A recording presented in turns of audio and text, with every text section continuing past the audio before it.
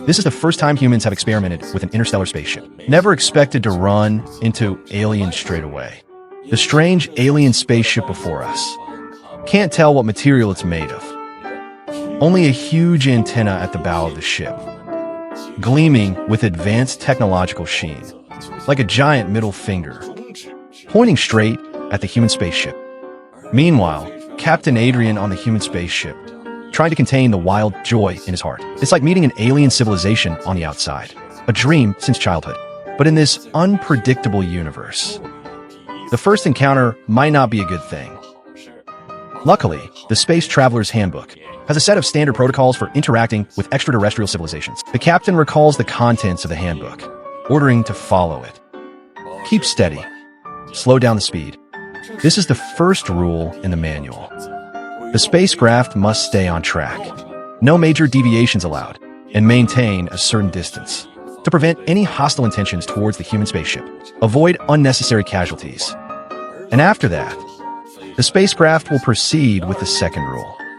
As a gesture of goodwill, humans will broadcast electromagnetic waves in a full spectrum repeatedly. Great signal. From this step on, humanity needs to be extremely careful. But these aliens right now don't seem all that evil after all. So in the end, the captain decided to follow the manual. As he gave the orders, the New Era electromagnetic wave transmission program has been activated. Prepare to send the friendly signal. And in the gaps between information transmissions, the unease spreading in my heart just keeps growing. What is the ship across from us doing now? Is it greeting us? Or is it already prepared to fight us? His spaceship may be the pinnacle of human civilization, but with human technology, the ship can't be equipped with large weapons. Since they can come to the solar system, their technological level must be. I wonder how much higher they are than us humans. If they start shooting at us first, we're probably just sitting ducks.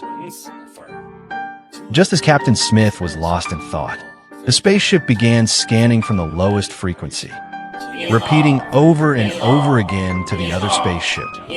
Hello, hello. Meanwhile, all of our receivers were turned up to maximum, ready to pick up any electronic signals coming from the other side. Suddenly, a signal was sent back from the other spaceship. The alien spaceship has given a response, and it's a very strong response. At this moment, the captain is excited.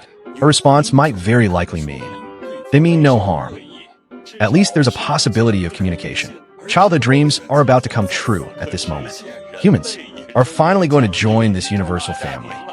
However, at this moment, the ship across suddenly started shaking, slowly turning on, ready to ignite. Looks like it's about to make a run for it.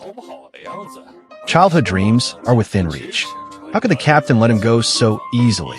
Since they can respond to electronic signals, then let's keep sending them. The electronic packet transmitter on the spaceship, watching the whole apartment light up, wildly sending out some fantastic signals. But the captain was clearly still not satisfied. They want the other side to fully realize their friendliness. You messed up your friendly signal. Right now, all attention is focused on this universe. What surprised the captain was feeling those signals. The alien spaceship is running faster. Why would this be happening? The captain was very puzzled. Weren't we all getting along just fine at first? Why do you suddenly lose your temper like that? But the truth is, this is all just a big misunderstanding. This alien spaceship comes from a planet of oceans. Misunderstandings like this happen all the time in the universe. After all, the biggest challenge is always the lack of communication. If we want to achieve cultural exchange, or even gain an advantage in a civilization war, the most important thing is to quickly understand each other's cultures. However, the situation of the Urshan people is too complex. Before understanding the Urshan people, we can start with simpler aliens, such as the Trisolarans from the three-body problem. So how can humans learn about the Trisolarans? The long-awaited three-body game has finally arrived. In the original novel, this was originally a game created to promote Trisolaran civilization. It detailed the history and cultural legacy of the Trisolarans, but ended up helping the main character, Jack Waters, in the search for the truth about the three-body civilization. When I was reading the novel, I was deeply drawn in by the content of this game. Not only the 3 days in the sky and the human calculation, but also grand scenes like tens of thousands of people ascending. There's also the era of chaos, and core concepts like the three-body problem. And all of these now can be found in the game located in the three-body on the plaza of Weibo in Jing, experiencing the four-dimensional space. Not only do we have a microdrama similar to the one in the original novel by logging into the giant pendulum and the three-body characters on the mirror, but also from the perspective of King Miao's Tengun version. The fidelity to the original novel is off the charts.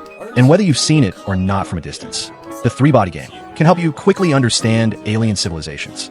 First is the spider vehicle for the visual organs of the alien planet, the Skin Depot, the colossal deity statue post-flood, and of course, natural landscapes that don't exist on Earth. Next, you'll witness the greatness of human history, a vivid portrayal of historical figures brought to life for you. Not just the predictions of the Oracle Cabin, but also the three-day conquest, once part of a lineage, bridging the gap between human civilization and computer classics. We'll also fall silent, experience the disasters and despair faced by extraterrestrials. Their core mechanics are completely immersed. The game has accurately depicted everything. I mean, if you've been to the Beijing three-body, four-dimensional space, you might understand the three-body people better than they do themselves. So at this point, we can return to the main storyline and check out the distant Eridans. The Eridans also undergo immersion. It's just a different kind of immersion. Bob and the trios are totally different. They're like the fish on Earth. Because of the ancient civilizations on the second line, basically all ocean civilizations, they all live in the warm, clear depths of the sea. In the early stages of civilization, the depth of the ocean determines the different civilizations on the second line. The scope of the equity crash, the civilization located in the deep sea, used to the high-pressure environment, because it's generally stronger than the civilizations on the surface of the ocean, and the deep sea civilization at the bottom of the ocean, continuously exploring towards the surface of the ocean. In this process, one oceanic civilization first discovered the existence of a wave device. This kind of wave device actually refers to a physical form, because there are no tides in the oceans on planet R. The water remains incredibly still, extremely mild and consistent. He sees it as a way to disrupt the calm and stability of those 2,000, saying it can influence or even change the state of water, turning calm waters into turbulent, churning waves. It's definitely a major weapon. There's no way any athlete could withstand the onslaught of those waves on their muscles or organs. The only difference is a strong underwater civilization with even higher physical resistance. So, at the beginning, the underwater civilization developed a classic mechanical artifact. The waters of America exert a force in one direction, creating water waves in turn, ranging from massacring those fragile surface civilizations of the sea. But when these fragile civilizations are almost wiped out, the beginning of the underwater civilization starts when we're killing each other. This kind of thing, the classic historical broken weapon, is about to no longer play. Effectiveness. These perfect scientists have started developing all kinds of glass weapons again. They no longer limit themselves to attacking each other's strong muscles, but only focus on relying on vibration to penetrate muscles and cause direct damage. Organ of the enemy. Until a scientist rooted in the ocean's surface stumbled upon the existence of electromagnetic waves by chance. This grueling and lengthy battle of Ace finally came to an end. Finally, there was a resolution. For the Binarians, electromagnetic waves are unlike any museum piece that has passed away.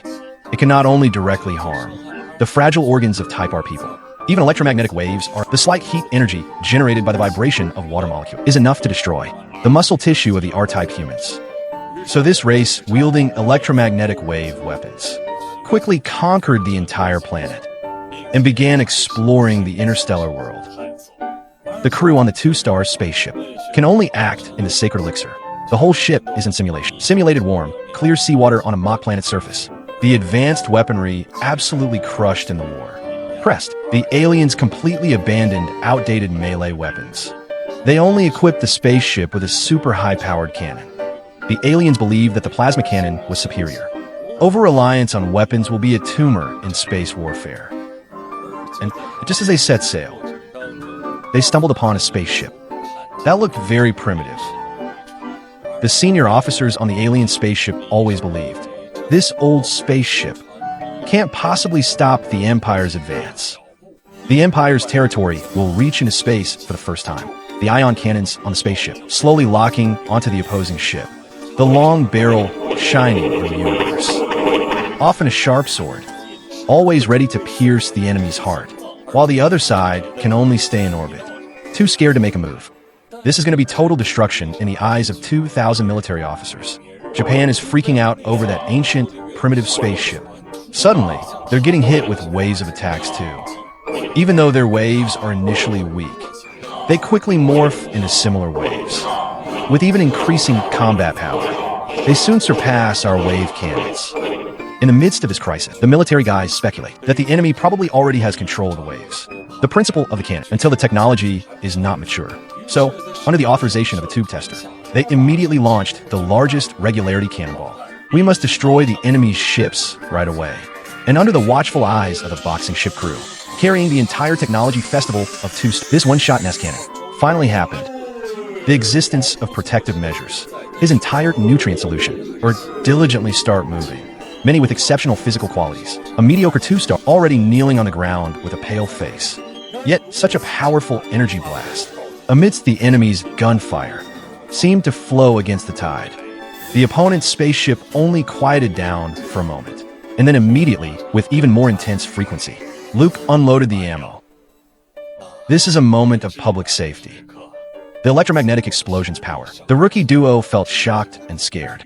The spaceship began its evasive maneuver. At this moment, the minds of these oceanic aliens could only think of one thing, and that was to escape. A desperate escape at all costs. And just like that, the two alien spaceship retreated at light speed. They vanished into a more distant, harmonious universe. Humanity didn't dare catch up with the pace of their escape. That's how it went. The captain shook his head regretfully, and the snake's dream ultimately went unfulfilled. But it doesn't really matter now. That day won't be too far off. He began to re-examine Alpha 2 Star, sent out electronic waves, and started the daily reports. Report to Super Earth. We just intercepted an alien electronic wave. Communication channel. This is a peaceful tribe. They don't want to conflict with us. When we return to Earth, please help us track down their mother. Also, it seems they can't hear our peaceful signals. The hills are using full frequency on the near-Earth orbit, electromagnetic wave array, until we find their mom. Honey, I think we need to have serious talk.